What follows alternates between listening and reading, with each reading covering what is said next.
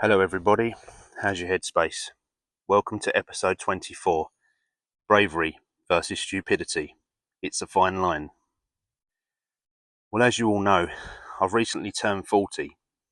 Couple that with having a career break, it makes you reflect on your story so far. I've been having the weirdest dreams, and memories come to the surface that I thought had been well locked away in the archives. I started thinking about all the mad situations that I've been in and wonder how the hell I'm still here to tell the tales. Some things I will probably never be able to speak of, but we can take a walk around the edge of the circle.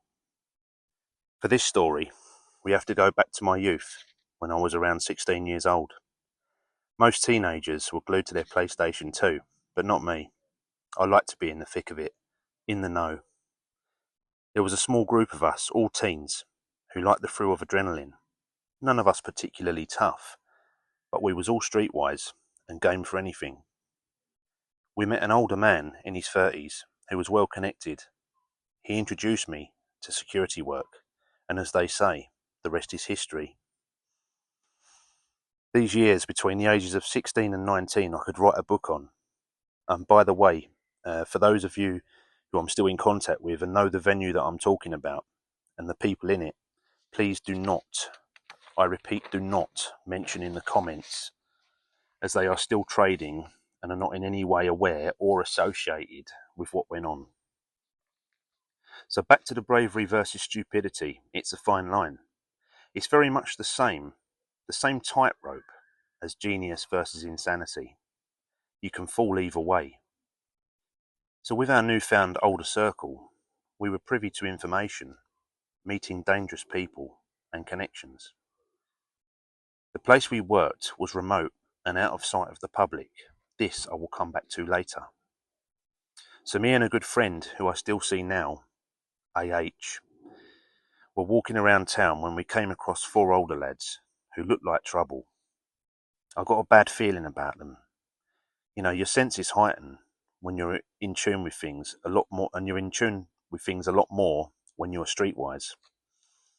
As we walked past, we were noticed, but nothing escalated yet. AH informed me, as we got around the corner, that they were well known in the area as being part of a gang. One of them, namely DJ, was known for always having a belt with a big buckle, which he would proceed to beat and whip his victims with. I felt the adrenaline spike. I said to AH as we walked around the block, I said, look, I think we're going to bump into them again on the way home. Are you up for it? You know, if they start. I'm wearing steel toe cap boots and so are you. I think we stand a good chance. Well, he must have thought I'd gone mad. Two much younger, relatively unknowns going against four older, well-known, belt-whipping gang members. Like I mentioned, we were game for most things, so he agreed. Sure enough, as we was on our way home, we bumped into them. They were looking for a fight, and the pre-fight interview began. They were questioning us to see if we would bottle it, scanning every answer looking for weakness. As each question was asked, DJ was moving his feet subconsciously into a fighting stance. Clenched fists.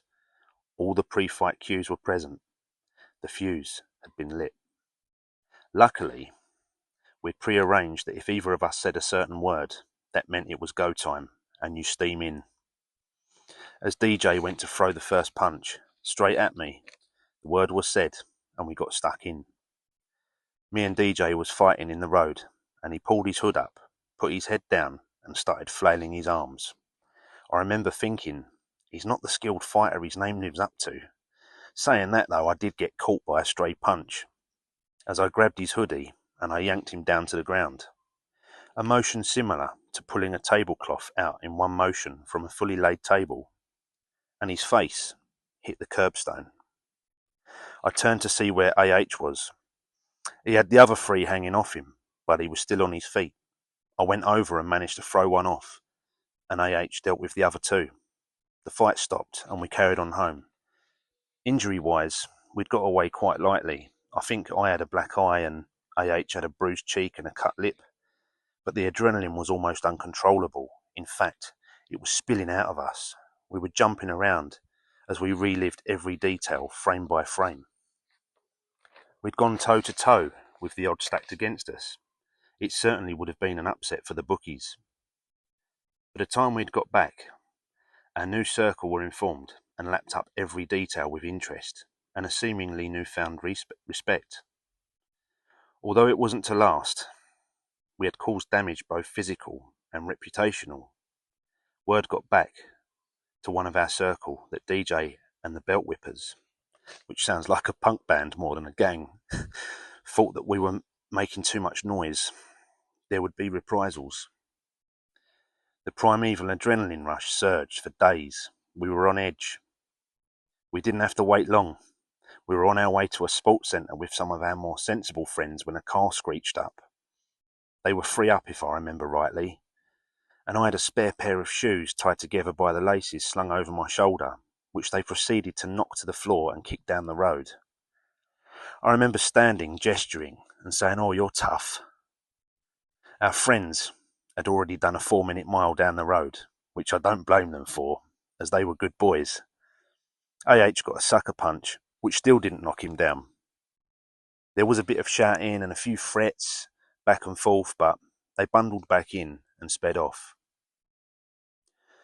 By night time, when we went to our venue of work, the circle already knew what had happened, and one of which proposed a ceasefire. DJ would have a one-on-one over the back of our venue, away from the public eye. No rules, but no weapons. The winner walks away, and things get settled once and for all. Our friend looked at me.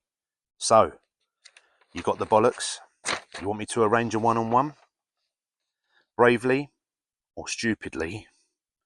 I said, "Go on then, I'm game." As the words left my mouth, I could only imagine the permanent belt buckle imprint that would be carved into my face for eternity. At the time, I was working from 7:30 in the morning until around 7 at night, then starting night security at our venue from 9 o'clock until 3 a.m. On the day of the big fight, word was spreading fast. My stomach was flipping, but I was trying desperately not to burn through my adrenaline reserves. One of my colleagues from the day job noticed that I looked worried, and he expressed concern. When I told him what was about to happen, he said, "Can't you just back out? Just not show up?" How could I? People would be there to watch.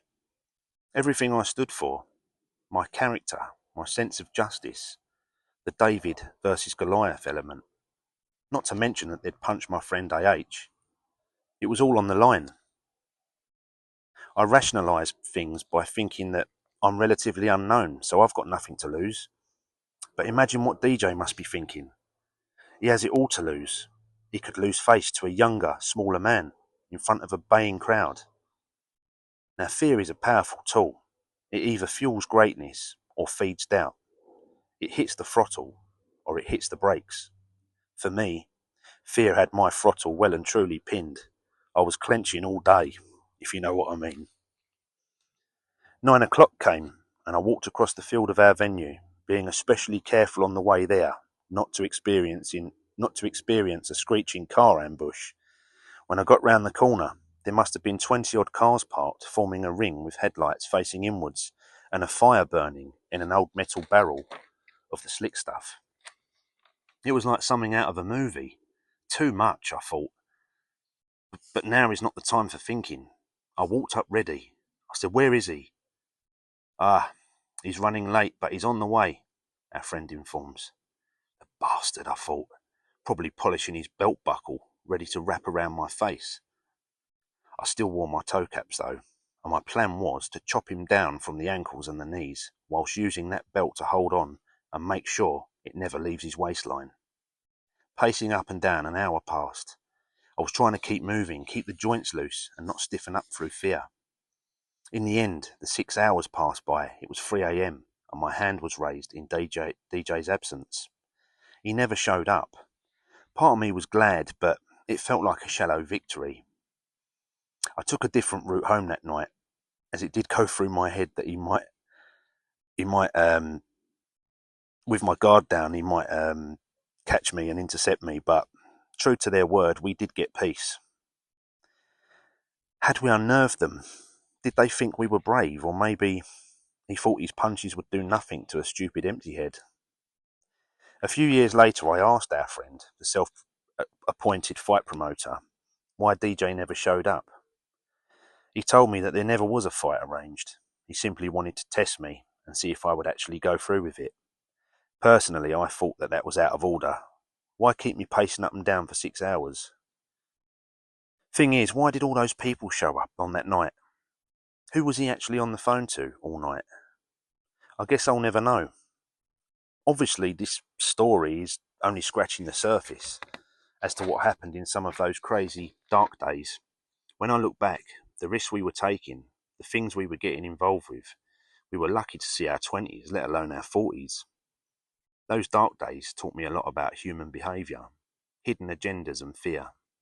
Fear is so powerful, it can be used to keep you on your toes and, more importantly, alive.